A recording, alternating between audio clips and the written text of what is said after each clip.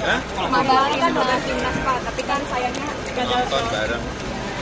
mana Pak? Kan kemarin pada akhirnya gagal ke final meskipun ada banyak drama-drama. Ya, Ke depannya harapannya apa? sebuah pertandingan itu pasti ada menang dan kalah. Dan tadi malam saya melihat semangat kerasnya dan perjuangan kerasnya timnas U23 memang belum kemenangan.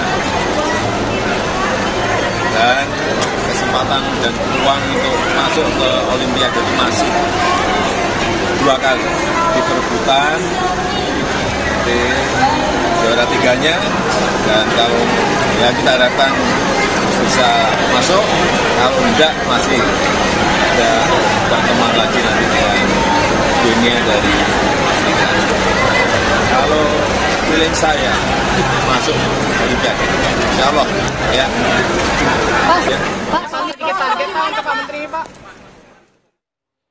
Presiden Jokowi begitu yakin timnas U23 kebanggaan kita bisa menembus dan juga bisa berlaga di Olimpiade 2024. Sama dong seharusnya sama kita para supporter, para pecinta timnas yang akan selalu memberikan dukungan. Nah, kita punya narasumber satu lagi yang akan juga bercerita mengenai timnas U23, punya pandangan tersendiri karena yang satu ini adalah merupakan mantan pemain dan juga pernah memperkuat timnas. Dulu saya nonton narasumber yang satu ini main di Arema, di Persib, di Kukar, kemudian juga di PSM Makassar, dan juga melihat bagaimana sosok yang satu ini memperkuat barisan pertahanan yang ada di tim nasional kita. Sekarang sepertinya sudah fokusnya berubah, konsen mau jadi pelatih katanya. Ada Bang Zulkifli Syukur. Assalamualaikum warahmatullahi wabarakatuh. Bang Zul, selamat malam. Gimana kabar?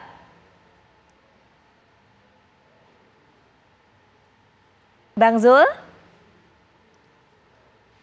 Bang Zul sepertinya masih di mute, kami belum bisa mendengar suara Bang Zul. Ya, halo ya. Bang Zul, gimana kabar? Ya, Assalamualaikum. Baik. Alhamdulillah baik. Alhamdulillah baik. Bang Zul, ya terus mengikuti ya timnas U23 ini, menyaksikan setiap pertandingan? Iya. Ya, nonton terus ya Bang, setiap pertandingan timnas U23? Iya. Oke, Bang Zul, ini gimana melihat kans dari para pemain timnas kita? Kemarin kan kita sudah mendapatkan cobaan yang begitu berat dari Uzbekistan. Besok malam itu akan berhadapan dengan Irak. Waktu istirahatnya hanya sekitar 2 hari. Bagaimana kemudian melihatnya? Cukup nggak istirahat ini untuk para pemain recovery fisik dan juga mental, Bang Zul? Iya, kalau saya melihat sih kalau dari maaf ya, kalau dari ilmu kepelatihan memang waktu 2 hari itu sudah cukup lumayan, apalagi memang seorang atlet itu dibutuhkan 48 jam waktu recovery, dan itu dengan 2 hari ini saya pikir cukup. Tetapi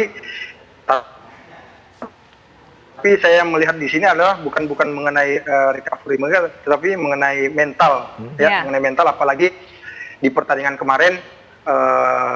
Secara mental memang kita sangat terpukul ya mengenai hasilnya, terus ada beberapa keputusan wasit yang cukup kontroversi.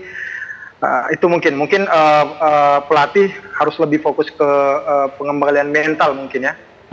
Artinya walaupun ini hanya perebutan tempat ketiga, tetapi ada target yang kita harus capai, yaitu bagaimana supaya tim ini bisa lolos ke Olimpiade. Betul, punya target. Target ini kan harusnya jadi motivasi berlebih begitu kan Bang Zul. Bisa nggak kira-kira motivasi seperti ini menjadi dorongan bagi para pemain untuk menguatkan mental mereka, untuk mentalnya bisa kembali saat berhadapan dengan Irak nanti, Bang Zul? Bisa, apalagi kemarin dengan adanya dukungan langsung oleh Ketua Umum kemarin yang secara langsung ya datang ke locker room ya, memberikan arahan kepada seluruh pemain untuk kembalikan mental mereka, untuk lebih cepat bangkit lagi untuk memperebutkan tempat ketiga. Bukan berarti kita tidak lolos ke final, bukan berarti misi kita gagal, enggak. Saya pikir dengan pencapaian sekarang pun bisa dikatakan sangat bagus ya, di luar dari ekspektasi semua orang. Apalagi di target awal kan kita hanya ditargetkan untuk bisa tembus 8 besar, tapi dengan tembusnya kita ke semifinal ini pencapaian yang luar biasa bagi saya. Ya, baik. Bang Feve, recovery mental ini menjadi hal yang paling penting untuk para pemain kunci besok. Ada juga mungkin yang harus disoroti, pemain nggak trauma sama wasit, pemain nggak trauma juga dengan VAR. Itu sehingga kemudian bisa bertampil lepas pada esok malam, Bang Feve. Iya, ini kembali masalah psikologis ya. Kalau saya pikir psikologis dari setiap pemain ini ya memang sangat penting untuk bisa kembali dipompa, terutama juga mental. Dan saya melihat di sini bagaimanapun juga sosok seorang pelatih itu sangat penting untuk bisa kembali memompa semangat juga psikologis pemain, sehingga akhirnya mereka bisa melupakan semua yang kejadian di partai sebelumnya melawan Uzbekistan. Dan saya melihat memang itu sangat penting. Saya setuju dikatakan oleh Bang Zul ya, bahwa memang dari segi permainan mungkin atau juga dari segi stamina recovery mungkin nggak terlalu banyak masalah, tapi emang masalah mental yang paling penting. Karena harusnya dilupakan. Memang perebutan juara satu tuh final itu ada memperebutkan trofi. Tapi ini layaknya final juga sebenarnya. Karena kita memang harus mendapatkan tiket berangkat ke Olimpiade. Dan anggaplah ini sebagai partai final yang memang harus kita dapatkan. Dan itu saya yakin sebagai seorang pelatih Sintayong juga bisa memompa pemain untuk psikologisnya kembali lebih baik dan juga mentalnya bisa siap untuk tampil mati-matian nantinya. Baik, laga perebutan tempat ketiga tapi berasanya kayak final. Itu esok malam, Bang Hardiman. Tapi ini kan skenarionya banyak. Ada 2 skenario tersisa kalau kita mau main di Olimpiade. Satu, kemudian besok harus menang lawan Irak, kemudian berikutnya lawan Guinea. Mungkin masyarakat juga butuh informasi, kenapa kok Guinea terpilihnya dilawan pada saat nanti pertandingan playoff untuk menentukan tiket berikutnya? Jatah Asia untuk bisa tiba di Olimpiade itu ada 3,5 tiket. Setengah ini adalah duel kita melawan peringkat keempat dari zona Afrika dalam playoff antar konfederasi. Guinea itu adalah peringkat keempat di Afrika. Mereka dalam semifinal di zona Afrika itu kalah melawan Mesir. Kemudian dalam playoff di zona Afrika versus Mali, Guinea juga kalah. Itu sebabnya Guinea menjadi lawan kita. Kalau kita kalah lawan Irak nih. Ya.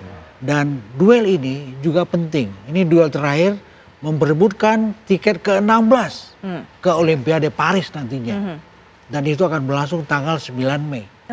Di mana itu di Clairefontaine di Paris. Lebih persisnya 50 km dari kota Paris. Ini adalah markas tim nasional Prancis. Dan duel ini tentu akan sangat menarik.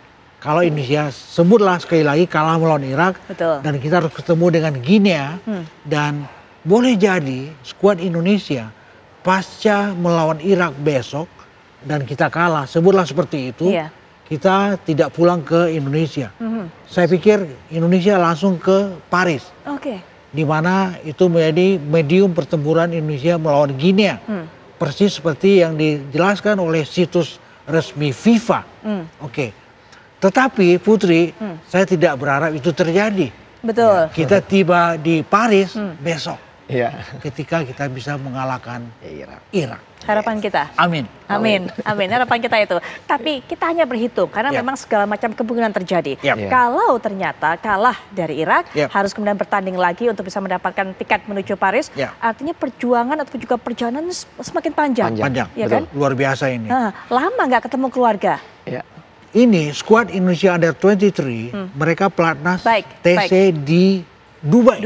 1 April. Mungkin tahan sampai di situ Bang Hardiman.